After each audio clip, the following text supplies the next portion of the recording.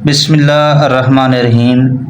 Students, आज हमने exercise 1.1 का क्वेश्चन नंबर 7 स्टार्ट करना है। क्वेश्चन नंबर 7 में कहता है शो दैट आयोटा की power n plus 1 plus iota की power n plus 2 plus iota की power n plus 3 plus iota की power n plus 4 equal to 0। हमने ये इक्वल टू 0 शो कराना है।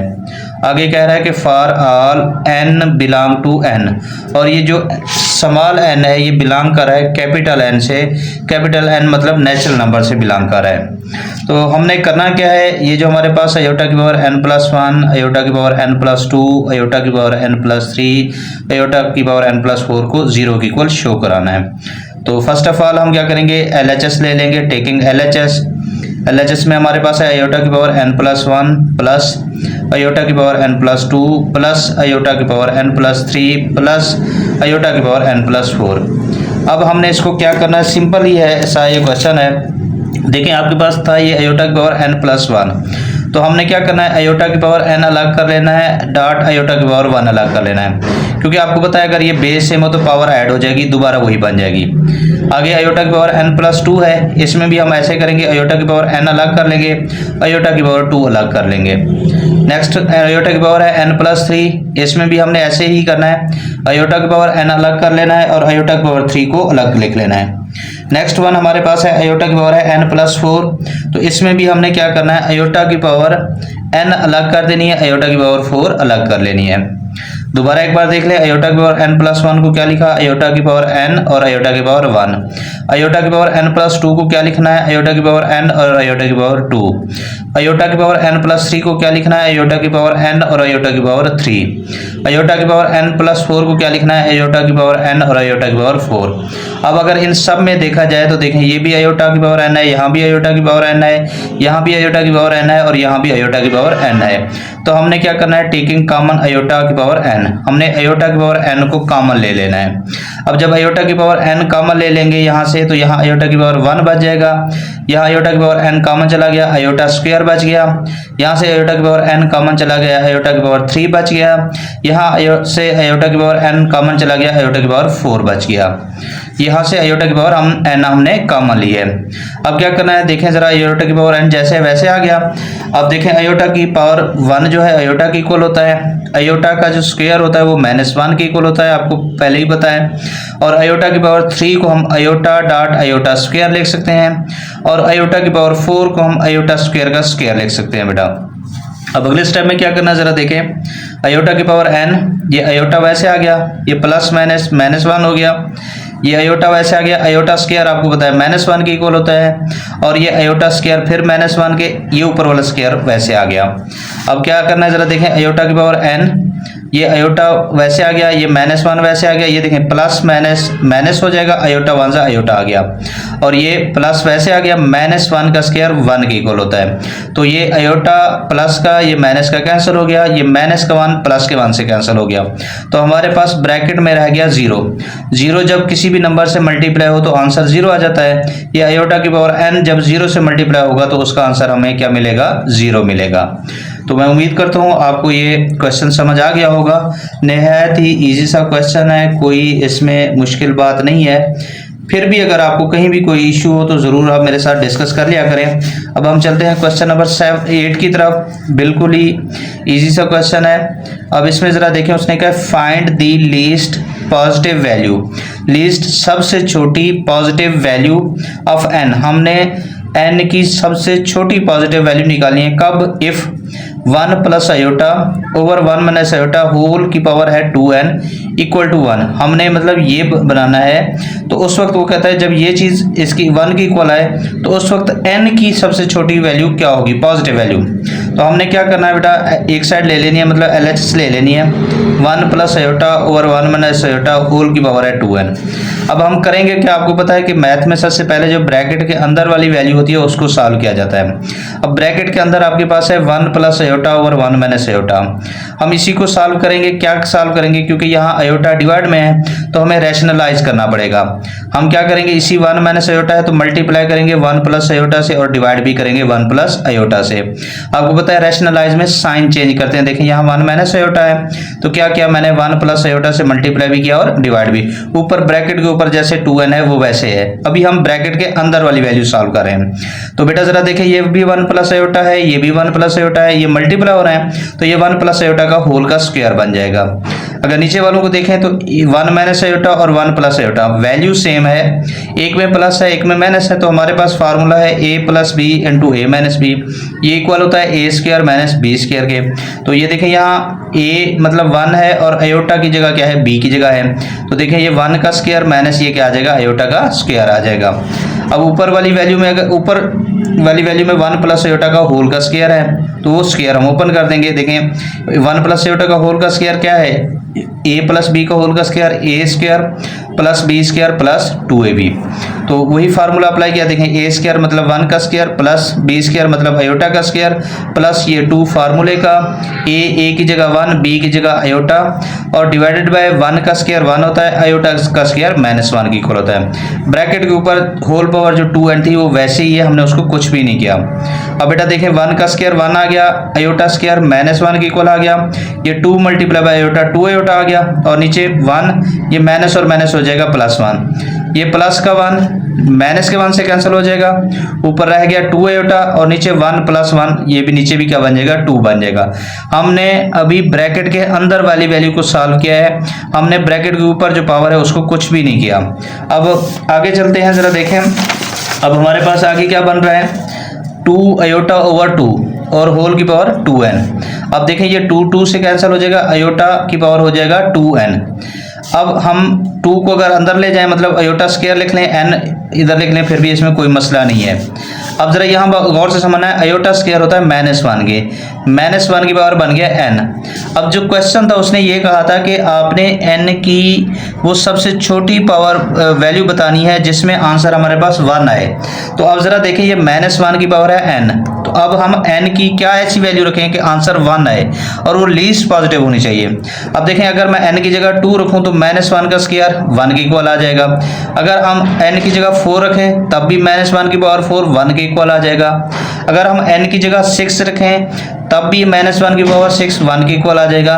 लेकिन उसने क्योंकि मेंशन किया हुआ कि फाइंड लीस्ट पॉजिटिव, सबसे छोटी पॉजिटिव वैल्यू, तो सबसे छोटी पॉजिटिव वैल्यू क्या है वो 2 है। अगर मैं इस n की जगह 2 रखूं तो -1 का स्क्वायर मतलब 1 के इक्वल आ जाएगा। तो वही है, अगर if we put n is equal to 2 then -1 ये n की जगह क्या आ जाएगा 2 आ जाएगा, विच इज इक्वल टू आ जाएगा 1। तो लिहाजा हमारे पास n इज इक्वल टू 2 जो है वो लीस्ट पॉजिटिव वैल्यू है।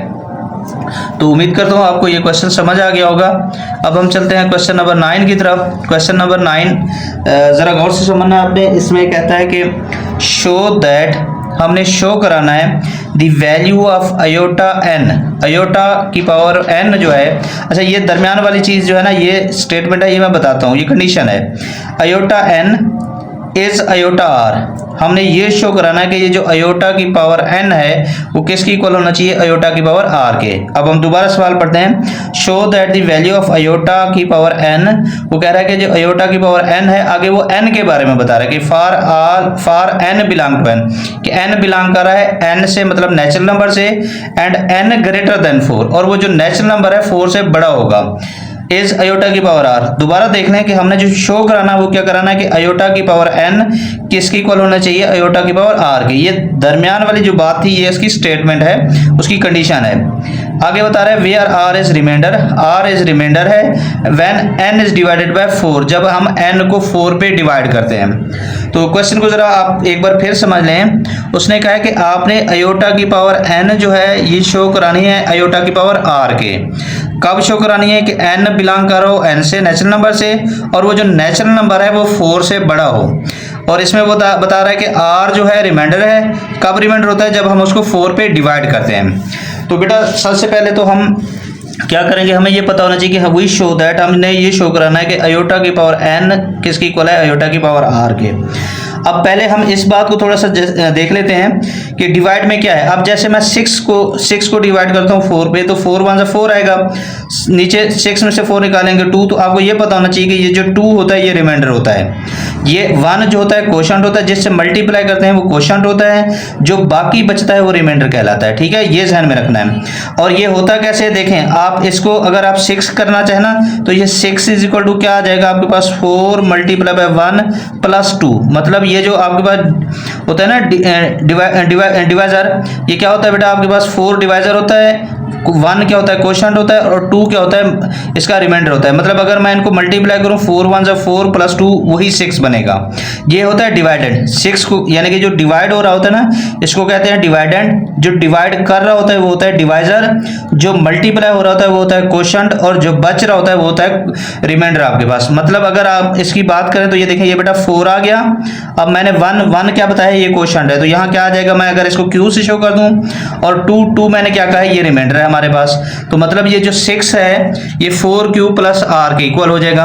अगर मैं एक और एग्जांपल दूं, 11 जैसे है, 11 को मैं 4 पे डिवाइड करूं तो 4 2 8 आ जाएगा, 3 बच जाएगा।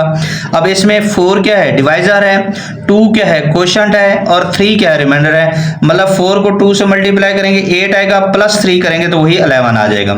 एक और एग्जांपल देख लेते हैं, जैसे 9 को हम डिवाइड करें 4 पे तो 4 2 8 आ जाएगा, क्या बचेगा 1। तो 4 क्या हुआ, डिवाइजर हुआ, 2 क्या हुआ बेटा हमारे पास क्वोशंट हुआ, और 1 क्या हुआ, रिमाइंडर हुआ।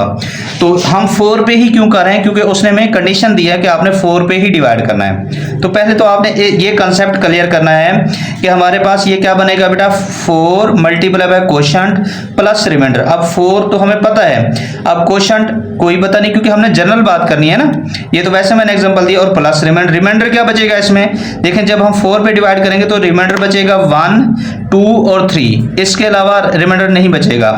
1 आ सकता है, 2 आ सकता है, 3 आ सकता है, मतलब 4 से छोटा रिमाइंडर होगा, बड़ा नहीं बचेगा। अब क्या करना है, हमने यहाँ लिखना है since n is natural number, n natural number है। कैसे पता चला, ये देखें उसने कंडीशन हमें दी हुई है, so any integer divided by 4, कि कोई भी इंटीजर जब 4 पे डिवाइड होता है can be express in the form of n is equal to 4q plus r। अब ये वाली बात मैंने लिखी है, मैंने आपको यहाँ जैसे बताया था, देखिए 4 क्या है, 4 क्योंकि हमारे पास डिवाइजर है, 1 क्या था क्वोशंट था, और 2 क्या है, रिमाइंडर है, 4q प्लस r। अब 6 देखें मैंने ये जनरल एग्जांपल दी थी, 6 ले लें, 11 ले लें, 10 ले लें, 20 ले लें, मतलब हमने वो n लेना है, तो इसलिए हमने n इज इक्वल टू क्या लिखा बेटा, 4q plus r। 4 divisor, q quotient, और r क्या है, रिमाइंडर है। वेयर आगे मेंशन किया हुआ है q क्वोशंट है एंड r क्या है, रिमाइंडर है। उम्मीद करता हूँ आपको ये बात समझ आ गई होगी। अब हम क्या करेंगे, इसमें से अयोटा की पावर n और अयोटा की पावर r है, तो हम LHS ले लेते हैं, अयोटा की पावर n ले लेते हैं। अयोटा की पावर n ले लिया, n किसके इक्वल है, 4q प्लस r के, तो n की जगह हम क्या लिख लेंगे, 4q प्लस r। अब अगर हम इसको अलग अलग कर लें, देखें अयोटा की पावर 4q डॉट अयोटा की पावर r, मैं अयोटा की पावर 4 अंदर ले जाता हूँ, q वैसे रहने दिया, और ये अयोटा की पावर r जैसे वैसे रहा। अयोटा की पावर 4 जो होता है ना, जरा देखें, अयोटा की पावर 4 को हम अयोटा स्क्वायर का स्क्वायर भी लिख सकते हैं, और अयोटा स्क्वायर होता है -1 के इक्वल, 1 का -1 का स्क्वायर किसके इक्वल आ जाएगा, 1 के। तो मतलब अयोटा जो 4 की पावर 4 होता है वो 1 के इक्वल होता है। तो ये जरा देखें, ये अयोटा की पावर 4 इसकी जगह 1 आ गया, ये ऊपर q जैसे वैसे रहा, ये अयोटा की पावर r जैसे वैसे रहा। अब 1 की पावर है q, देखें 1 की पावर जितना भी ले लें, वो 10 ले लें, 20 ले लें, 50 ले लें, प्लस में लें, माइनस में लें, उसका आंसर 1 ही रहता है। तो 1 की पावर q 1 ही रहेगा, अयोटा की पावर r आ गया, अयोटा की पावर r को 1 से मल्टीप्लाई करेंगे तो वही अयोटा की पावर r ही आएगा जो हमने शो कराना था।